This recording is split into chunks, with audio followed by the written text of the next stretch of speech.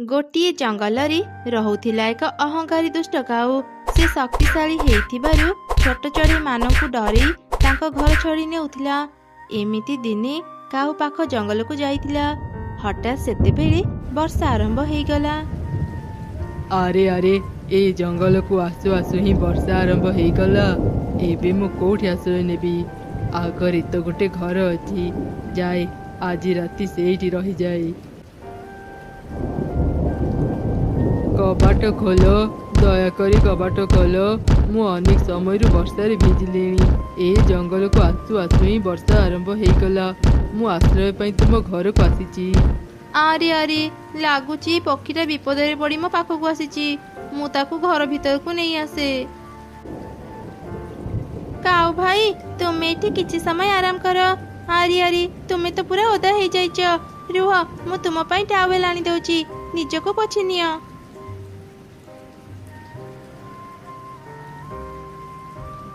अरे वाह, ए घरटा तो अनेक सुंदर सुंदर घरे रहिबाको मते भारी भल लागे। जेमिति भी हेउ ए घर को मु निजर करी नेबी। मिटू तो घरटा मते भारी भल लागिला। तू एठू चली जा, मु आजिठू एठी रहिबी। तुमे कौन कहूच काऊ भाई? ए घर मोर, मु काहे के ठुजिबी? तुमको जदि मो घर भल लागिला तुमे मो परी एक घर बनै नियो। ना, मु घर बनेबिनी। मु तो घर को ही नेबी। आजिठू ए घर मोर। रह, मु एबे तते घर बाहर करूची। एमिति कही काऊ मिटू को बहुत पिटिला आउ ताकू से घर बाहर करदेला। मिटू शक्ति रे काऊ को हरि पारिलानी। से कांदी कांदी से घर छाड़ी चली गला। हा हा हा, मो शक्ति समस्तंकठू बेसी केही भी मते हरई पारिबेनी। आजिठू ए जंगल रे जहार भी घर मते भल लागिबो, मु से घर को नहीं जीबी। एबे मु रहिबा पई घर तो पाई गली, हेले मो पाखरी किछि खाइबा नाही। जाए किछि खाइबा खोजी आने। एमिति चिंता करी काऊ बाहर को जाई खाइबा खोजिला। सेतेबेले से देखिला गोटे चढ़ी खाइबा धरी घर को जाउची। काऊ तार पछे पछे गला। ए चढ़ी, तो घरे जेते भी खाइबा अछि मते देई दे, मते भारी भोक लागुची। मु ए खाइबा अनेक कष्ट करी आनिची। तुमको जदि भोक लागुची मोठो अधा खाइबा नहीं जाओ, हेले मु सब खाइबा तुमको देई पारिबेनी। कौन हेला, तू मते खाइबा देबुनी? मो भली एक शक्तिशाली काऊ को तू खाइबा देबा पई मना करूचु? देख एबे मु तो खाइबा केमिति नेउची। काऊ जोर करी चढ़ी ठू ता खाइबा छड़ी नहीं गला। चढ़ी काऊर पछे पछे गला, हेले ताको धरी पारिलानी। मन दुखरी चढ़ी अनेक कांदिला। सेतेबेले मिटू ता पाखक आसिला। कौन हेला चढ़ी, तू एमिति कांदुचु काहेकि? चढ़ी मिटू को सब घटना कहला।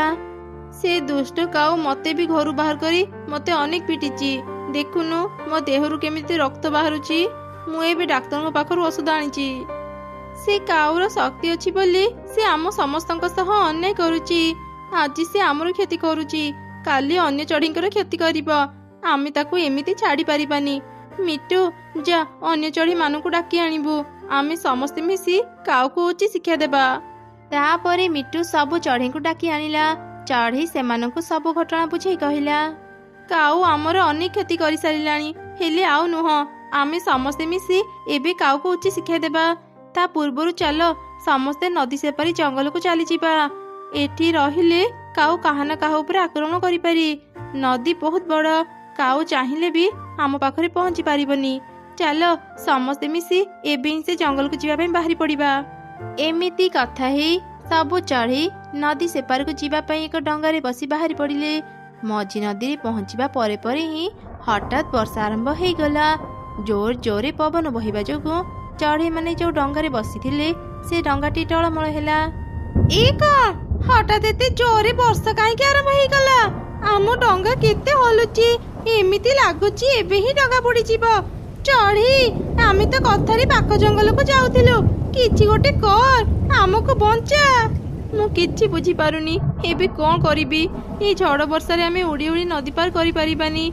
एबे केवल भगवान ही हमको रक्षा करि परिबे।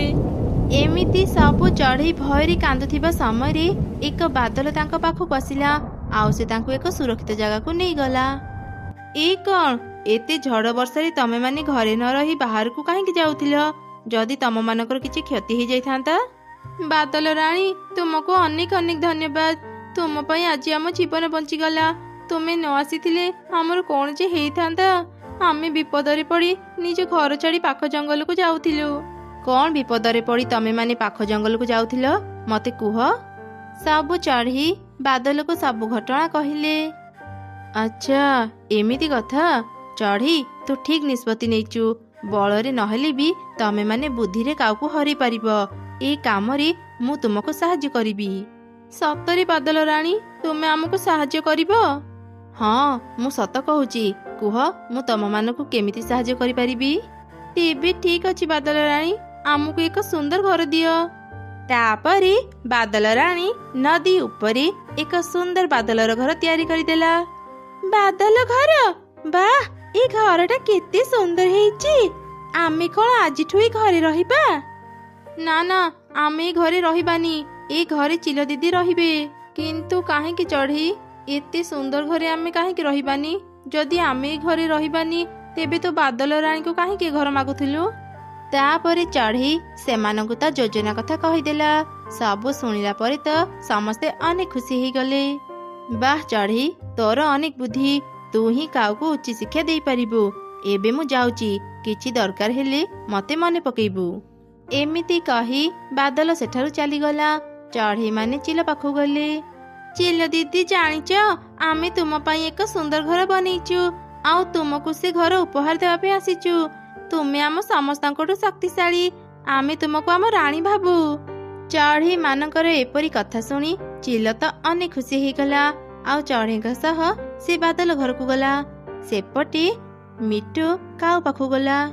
କାଉ ଆଜ୍ଞା, ମୁଁ ଆପଣଙ୍କ ପାଖରେ କାମ କରିବା ପାଇଁ ଆସିଛି। ମୁଁ ଜାଣେ ଆପଣଙ୍କୁ ସୁନ୍ଦର ସୁନ୍ଦର ଘରେ ରହିବାକୁ ଭାରି ଭଲ ଲାଗେ। ମୁଁ ଏ ଜଙ୍ଗଲରେ ସାନରୁ ବଡ଼ ହେଇଛି। ମୁଁ ଜାଣିଛି କୋଉ ଚଢ଼େଇ ସୁନ୍ଦର ଘର ତିଆରି କରିଛି। ମୁଁ ସେମାନଙ୍କ ଖବର ଆପଣଙ୍କୁ ଦେବି। ତା ସହ ମୁଁ ଆପଣଙ୍କ ପାଇଁ ଖାଇବା ବି ଆଣିଦେବି। ଆପଣଙ୍କ ପରି ଏକ ଶକ୍ତିଶାଳୀ ପକ୍ଷୀ ପାଖରେ ରହିଲେ ଅନ୍ୟ ଚଢ଼େଇ ମାନେ ବି ମତେ ଡରିବେ। ଦୟାକରି ମତେ ନିଜ ପାଖରେ ରଖିନିଅନ୍ତୁ। ଆରେ, ଇଏ ମୋ ପାଇଁ ସୁନ୍ଦର ଘର ଆଉ ଖାଇବା ଯୋଗାଡ଼ କରିଦେବ? ତାହେଲେ ତ ବହୁତ ଭଲ କଥା। ମତେ ଏତେ ଆଉ କଷ୍ଟ କରିବାକୁ ପଡ଼ିବନି। କ'ଣ ହେଲା କାଉ ଆଜ୍ଞା, କ'ଣ ଚିନ୍ତା କରୁଛନ୍ତି? ଜାଣିଛନ୍ତି, ଆମ ନଦୀ ପାଖରେ ନା ଏକ ସୁନ୍ଦର ଘର ଅଛି। ହେଲେ ମୁଁ ଶୁଣିବାକୁ ପାଇଲି କିଏ ଜଣେ ସେ ଘରେ ରହୁଛି। ସେ ଘରେ ଯିଏ ବି ଥାଉ, ମୁଁ ତାକୁ ସେଠୁ ବାହାର କରି ନିଜେ ସେ ଘରେ ରହିବି। ଚାଲ, ଏବେ ସେଠାକୁ ଯିବା। ତାପରେ କାଉ ମିଟୁ ସହ ସେ ବାଦଲ ଘରକୁ ଗଲା। ସବୁ ଚଢ଼େଇ ଲୁଚି ଲୁଚି ଏ ଦୃଶ୍ୟ ଦେଖୁଥିଲେ। ଆରେ ଆରେ, ଘରଟା ତ ଅନେକ ସୁନ୍ଦର ହେଇଛି। ଏଠି ପୁଣି 2ଟି ଅଣ୍ଡା ବି ଅଛି। ରହିବା ପାଇଁ ମତେ ଘର ମିଳିଗଲା, ଆଉ ଖାଇବା ପାଇଁ ଅଣ୍ଡା ବି ମିଳିଗଲା। କ'ଣ କହିଲୁ ବଦମାସ କାଉ? ମୋ ଅଣ୍ଡାକୁ ତୁ ଖାଇବୁ ଆଉ ଏ ଘରକୁ କବ୍ଜା କରିନେବୁ? ରହ, ଏବେ ତତେ ଦଉଛି ପାନେ। ଏମିତି କହି ଚିଲ କାଉକୁ ଅନେକ ପିଟିଲା ଆଉ ତାକୁ ଘର ବାହାରେ ଥିବା ନଦୀକୁ ଫୋପାଡ଼ି ଦେଲା। କାଉ ପାଣିରେ ପଡ଼ି ବୁଡ଼ିବାକୁ ଲାଗିଲା। ବଞ୍ଚାଅ, ମତେ କେହି ବଞ୍ଚାଅ, ମରିଗଲି, ମତେ ପାଣିରୁ ବାହାର କର। ଏ ସବୁ ପାଇଁ ତୁ ଦାୟୀ କାଉ। ତୁ ଯଦି ଭଲରେ ଆମ ସହ ମିଳିମିଶି ରହିଥାନ୍ତୁ, ତତେ ଆଜି ଏ ଦିନ ଦେଖିବାକୁ ପଡ଼ିନଥାନ୍ତା। ତୁ ଆମ ସହ ବହୁତ ଅନ୍ୟାୟ କରିଛୁ। ଆମେ କେହି ତତେ ସାହାଯ୍ୟ କରିବୁନି। ତୁ ତ ଭୁଲର ଶାସ୍ତି ପା। କାଉ ଭାସି ଭାସି ନଦୀରେ ବୁଡ଼ିଗଲା। ସବୁ ଚଢ଼େଇ ନିଜ ନିଜ ଘରକୁ ଫେରି ପାଇ ଖୁବ୍ ଖୁସି ହେଇଗଲେ ଆଉ ପୂର୍ବ ଭଳି ମିଳିମିଶି ରହିଲେ। ଚିଲର ଥିଲା ଗୋଟେ ଜମି। ସେ ତା ଜମିରେ ଧାନ ଚାଷ କରିଥିଲା। ତା ଜମିରେ ଗୋଟେ ଚଢ଼େଇ ଆଉ ଗୋଟେ କାଉ କାମ କରୁଥିଲେ। ଚଢ଼େଇ ଥିଲା ଭାରି ପରିଶ୍ରମୀ। କାଉ ଯେତିକି କାମ କରୁନଥିଲା, ଚଢ଼େଇ ତାର 2 ଗୁଣ କାମ କରୁଥିଲା। ଏମିତି ଗୋଟେ ଦିନ, ଏ କ'ଣ ଚଢ଼େଇ, ତୁ ତ ସବୁ କାମ ସାରିଦେଲୁ। ମୋର ଆଜି କାମକୁ ଆସୁ ଆସୁ ଡେରି ହେଇଗଲା। ଚିଲ ଦିଦି ମତେ ଆଜି ଟଙ୍କାଟେ ବି ଦେବେନି। ଏବେ ମୁଁ କ'ଣ କରିବି? କାନ୍ଦନି କାଉ ଭଉଣୀ, ମୁଁ ଏକା ସବୁ କାମ କରିଛି। ଏକଥା ଚିଲ ଦିଦି ଜାଣିନାହାନ୍ତି। ମୁଁ କହିଦେବି ତୁମେ ବି ଅଧା କାମ କରିଛ। ଆଚ୍ଛା କାଉ ଭଉଣୀ, ଆଜି କାମକୁ ଆସୁ ଆସୁ ଏତେ ଡେରି କରିଦେଲ ଯେ? ଚଢ଼େଇ, ତୁ ତ ଜାଣିଛୁ ମୋ ସ୍ୱାମୀ କିଛି କାମ କରନ୍ତିନି। ମୁଁ ସକାଳୁ କହିଲି ଝିଅକୁ ଟିକେ ସ୍କୁଲରେ ଛାଡ଼ିଦେବା ପାଇଁ, ହେଲେ ସେ ମୋ କଥା ଶୁଣିଲେନି। ସେଥିପାଇଁ ମୁଁ ଆଜି ଝିଅକୁ ନେଇ ଆଗ ସ୍କୁଲରେ ଛାଡ଼ିଲି, ତାପରେ ଯାଇ ଏଠାକୁ ଆସିଲି। ଓ ବୁଝିଲି, ତୁମ ଝିଅକୁ ନେଇ ସ୍କୁଲରେ ଛାଡ଼ିଲ ବୋଲି ତୁମର ଡେରି ହେଇଗଲା। ହଉ କିଛି କଥା ନାହିଁ କାଉ ଭଉଣୀ, ଏତିକି କଥା ହେଇଥିବା। ଏଇ ସବୁ ଧାନ ନେଇ ମୁଁ ଆଗ ଚିଲ ଦିଦିଙ୍କ ପାଖରେ ପହଞ୍ଚେଇ ଦିଏ। ଆରେ ଚଢ଼ି, ତୁ ସକାଳୁ ଅନେକ କାମ କରିଛୁ, ଏବେ ସବୁ ଧାନ ବସ୍ତା ମତେ ଦେଇଦେ, ମୁଁ ନେଇ ଚିଲ ଦିଦିଙ୍କୁ ଦେଇଦେବି। ତୁ ଏ ଗଛ ମୂଳେ ବସି ଆରାମ କର। ଏମିତି କହି କାଉ ସବୁ ଧାନ ବସ୍ତା ନେଇ ଚିଲ ପାଖକୁ ଗଲା। ସେପଟେ ଚଢ଼ି ଗଛ ମୂଳେ ବସି ଆରାମ କଲା। ଆରେ କାଉ, ତୁ ସବୁ ଧାନ ବସ୍ତା ନେଇ ଆସିଲୁ, ଭଲ କରିଛୁ। ଆଚ୍ଛା ଚଢ଼ି କୁଆଡ଼େ ଗଲା? ଚଢ଼େଇ କଥା କଣ ଆଉ କହିବି ଚିଲ ଦିଦି, ସେ ଆଜି କାମକୁ ଅନେକ ଡେରିରେ ଆସିଲା। ଦିନ ସାରା କିଛି କାମ ନ କରି ଗଛ ତଳେ ବସି ଆରାମ କରୁଛି। ତା ମାନେ ତୁ ଆଜି ସବୁ କାମ ଏକା କରିଛୁ? ହଁ ଚିଲ ଦିଦି, ଧାନ କାଟିବା, ବସ୍ତାରେ ଭର୍ତ୍ତି କରିବା, ଏଇ ସବୁ କାମ ମୁଁ ଆଜି ଏକା କରିଛି। ଆଜି କଣ, ମୁଁ ସବୁଦିନ ଏକା ହିଁ କାମ କରେ। ଚଢ଼େଇ କିଛି ବି କାମ ନ କରି ବସି ବସି ହିଁ ଟଙ୍କା ନିଏ। ସେ ଚଢ଼େଇର ଏତେ ସାହସ, କିଛି କାମ ନ କରି ମୋଠୁ ମାଗଣାରେ ଟଙ୍କା ନିଏ। ମିଟୁ ଯା ଦେଖି ଆସିବୁ ଚଢ଼େଇ ଶୋଇଛି କି ନାହିଁ। ମିଟୁ ଶୀଘ୍ର ଚିଲର ଜମିକୁ ଗଲା, ଆଉ ଦେଖିଲା ଚଢ଼େଇ ଗଛ ତଳେ ଶୋଇଛି। ଏସବୁ ଦେଖି ସେ ଶୀଘ୍ର ଚିଲ ପାଖକୁ ଫେରି ଆସିଲା। ହଁ ଚିଲ ଦିଦି, ମୁଁ ଏବେ ଦେଖି ଆସିଲି, ଚଢ଼େଇ ଗଛ ତଳେ ଶୋଇଛି। ସେ ବଦମାସ ଚଢ଼େଇକୁ ମୁଁ ଆଜି ଟଙ୍କାଟି ବି ଦେବିନି। ଆଜିର ସବୁ ଟଙ୍କା କାଉ ତୁ ନେବୁ। ଏଇ ନେ ତ ଟଙ୍କା। ଧନ୍ୟବାଦ ଚିଲ ଦିଦି। କାଉ ଭଉଣୀ ଆସିଗଲ? ଏଇ ଗଛ ତଳେ ବସୁ ବସୁ ଆଖି ଲାଗିଗଲା, ଜାଣିପାରିଲିନି। ଆଚ୍ଛା ଚିଲ ଦିଦି ମତେ କେତେ ଟଙ୍କା ଦେଇଛନ୍ତି? ଚିଲ ଦିଦି କେବଳ ମତେ ହିଁ ଟଙ୍କା ଦେଇଛନ୍ତି। କେବଳ ତୁମକୁ କାହିଁକି ଟଙ୍କା ଦେଲେ? ମୋ ଟଙ୍କା କିଏ ଦେବ? ମୁଁ ଏତେ କଥା ଜାଣିନି, ତୁ ଯା ନିଜେ ଯାଇ ଚିଲ ଦିଦିଙ୍କ ସହ କଥା ହେ।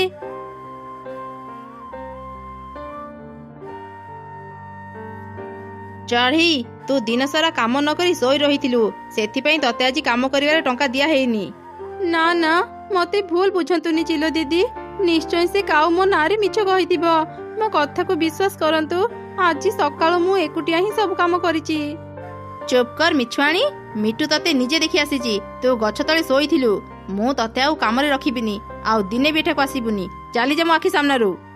ଚିଲର କଥା ଶୁଣି ମନ ଦୁଃଖରେ ମା ଚଢ଼ି ଘରକୁ ଫେରି ଆସିଲା। ମା ଆସିଗଲ? ଆଜି କହିଥିଲ ମୋ ପାଇଁ ନୂଆ ଜୋତା ଆଣିଦେବ, ମୋ ପାଇଁ ନୂଆ ଜୋତା ଆଣିଦେଇଛ ମା? ନାଇଁ ରେ ମା, ମୁଁ ଜୋତା କିଣିନି, ମୋ କାମ ଚାଲିଗଲା। କାଲିଠୁ ଆମେ ଖାଇବା କେମିତି କିଣିବା ଚିନ୍ତା ଲାଗିଲାଣି। ବୋକା ଚଢ଼େଇ, ସାରା ଦିନ କାମ କରିକି ବି ଗୋଟେ ଟଙ୍କା ପାଇଲନି, ଆଉ ମୁଁ କାମ ନ କରି ସବୁ ଟଙ୍କା ପାଇଗଲି। ଆରେ ତୁ ଏସବୁ କଣ କହୁଛୁ? ମୁଁ କିଛି ବୁଝିପାରୁନି। ତାପରେ କାଉର ସ୍ତ୍ରୀ ତାକୁ ସବୁ ଘଟଣା କହିଲା। ଚଢ଼େଇକୁ ଠକି ପାରି ସେ ଦୁଇ କାଉ ଖୁସିରେ ନାଚିଲେ। ଆରେ ତୁ ଜାଣିଛୁ, ମତେ ଗୋଟେ ବଢିଆ କାମ ମିଳିଛି। ମୁଁ ଯଦି ସେ କାମ କରିପାରିବି ନା, ଖାଲି ଟଙ୍କା ହିଁ ଟଙ୍କା ମିଳିବ। ଆଚ୍ଛା ସତରେ? କଣ ସେ କାମ, ଶୀଘ୍ର କୁହ। ପାଖ ଜଙ୍ଗଲରେ ଗୋଟେ ଛୁଆ ଚୋର ଚିଲ ରୁହେ। ଦିନେ ସେ ମତେ କହିଲା, ମୁଁ ଯଦି ଚଢ଼େଇ ଛୁଆଙ୍କୁ ଚୋରି କରି ତାକୁ ଦେବି, ତା ବଦଳରେ ସେ ମତେ ଅନେକ ଟଙ୍କା ଦେବ। ଆରେ ବୋକାଙ୍କ ପରି କାମ କରନି, ଚଢ଼େଇ ଛୁଆ ଚୋରି କରୁ କରୁ କେବେ ଯଦି ଧରା ପଡ଼ିଯିବ ନା, ବହୁତ ମାଡ଼ ଖାଇବ। ସେଥିପାଇଁ ତୁ ଚିନ୍ତା କରନି, ମୋ ପାଖରେ ଏକ ବଢିଆ ଉପାୟ ଅଛି, ଶୁଣ। ଏମିତି କାଉ ତା ଯୋଜନା କଥା ତା ସ୍ତ୍ରୀକୁ କହିଲା। ତାପରେ ସେମାନେ ରାତି ହେବା ଯାଇ ଅପେକ୍ଷା କଲେ। ଅଧରାତିରେ ଦୁଇ କାଉ ଚଢ଼େଇର ଘରକୁ ଗଲେ, ଆଉ ଚଢ଼େଇ ଛୁଆକୁ ଚୋରି କରି ଦୁଷ୍ଟ ଚିଲ ପାଖକୁ ନେଇଗଲେ। ଆରେ ବାହ, ତମେ ଦୁଇ କାଉ ମୋ କହିବା ଅନୁସାରେ ହିଁ କାମ ଆରମ୍ଭ କରିଦେଲଣି। ଚିଲ ଆଜ୍ଞା, ଏ ଚଢ଼େଇ ଛୁଆ ଆମେ ତୁମକୁ ଦେବା ପାଇଁ ଆଣିନୁ, ଏ ଚଢ଼େଇ ଛୁଆ ଦ୍ୱାରା ତୁମେ ନିଜର କାମ କରିପାରିବ। ତାପରେ କାଉମାନେ ତାଙ୍କ ଯୋଜନା କଥା ଦୁଷ୍ଟ ଚିଲକୁ କହିଲେ। ପରଦିନ ସକାଳେ ମା ଚଢ଼େଇ ନିଜ ଝିଅକୁ ଘରେ ନ ଦେଖି ଚିନ୍ତାରେ ପଡ଼ିଗଲା। ମୋ ଝିଅ ରାତିରେ ମୋ ସାଙ୍ଗରେ ହିଁ ଶୋଇଥିଲା, ଏତେ ସକାଳୁ ସେ କୁଆଡେ ଚାଲିଗଲା? ମୁଁ ଶୀଘ୍ର ମୋ ଝିଅକୁ ଖୋଜେ। ଏମିତି ଚଢ଼େଇ ତା ଝିଅକୁ ଖୋଜିବା ପାଇଁ ବାହାରକୁ ଗଲା, ହେଲେ ସେ କୋଉଠି ବି ତା ଝିଅକୁ ପାଇଲାନି। ଶେଷରେ ସେ ମନ ଦୁଃଖରେ ନିଜ ଘରକୁ ଫେରି ଆସିଲା। ସେତେବେଳେ ହଠାତ୍ ତାର ଫୋନ ରିଙ୍ଗ ହେଲା। ଚଢ଼େଇ, ତୋ ଝିଅକୁ ଖୋଜୁଛୁ ନା? तो झील को खोजिले भी आउ लाभ नहीं। आमे तो झील को किडनैप करी नहीं आसीचु। किए तुमे ए सब कौन कहूच? तुमे जहा कहबा मु सब देबी। मो झीर किछि भी क्षति करनी, ताको छाड़ी दियो। ठीक अच्छी तेबे सुन, तू सब चढ़ी छुआ को चोरी करी जंगल बाहर थिबा गुंफा को नहीं आसे। तू जदि ए काम करि पारिबु आमे तो झील को छाड़ी देबु। मु गोटे माँ हे आउ गोटे माँ को केमिति कष्ट देबी? मो झील पाई मते काम करबा को ही पड़िबो। हे भगवान मते क्षमा करि देबो। तापरे चढ़ी जण जण करी सब चढ़ी घर को गला। से चढ़ी छुआ मान को बेहोश करी तांको घर नहीं आसिला। तापरे से समस्त को धरी जंगल बाहर थिबा गुंफा को गला। मु तुम कहबा अनुसारी सब छुआ को किडनैप करी नहीं आसीची। दया करी एबे मते मो झील को फेरई दियो। ठीक अच्छी तू बाहर को जा, मु तो झील को तो पाख को पठाउची। सेमानक शब्दरे चढ़ी छुआंक निद भांगीगला। किए किए तुमे आमको एठाकू काहेकि आनिच? दया करी आमको छाड़ी दियो, आमे घर को जीवु। ए कौन चढ़ी माउसी, तुमे आमको चोरी करी आनिच? तुमे एते खराब, तुमे जणे छुआ चोर। चढ़ी छुआंक कथा को ध्यान न दे गुंफा बाहर को चली आसिला। सेते बेले काउ चढ़ी छुआ को धरी सेठाकू आसिला। ए चढ़ी छुआ, ए देखे आगरे तो माँ छिड़ा हेची, जा तो माँ पाखकू। ए कौन तमे दुई जण एठी? ता माने तमे माने भी छुआ चोर सह मिसिच? छी तमे माने एते खराब, टंका पाई एते तळको खसी पारिल? तमे माने कौन भाबिथिल मु तम कथारी छुआंको चोरी करी नहीं आसीबी? ए कथा केही जानि पारिबेनी। एठाकू आसीबा पूर्वरु मु पुलिस को सब कथा कहि देइची, ता सह तांको सांगरे भी नहीं आसीची। तापरे पुलिस दुई काऊ आउ से छुआ चोर चिल को बांधी थाना को नहीं गला। चढ़ई सबु छुआ को सेठारु नहीं आसिला। रास्तारे सबु छुआ को माँ को से देखिला। से माने निज छुआ को ही खोजुथिले। माँ चढ़ी शीघ्र तांको पाखकू जाई सेमानकु सब घटना कहिला आउ तांको क्षमा भी मागिला। सबु कथा जानिला परे समस्ते चढ़ई को क्षमा करिदेले आउ निज निज छुआ को धरी घर को चली गले।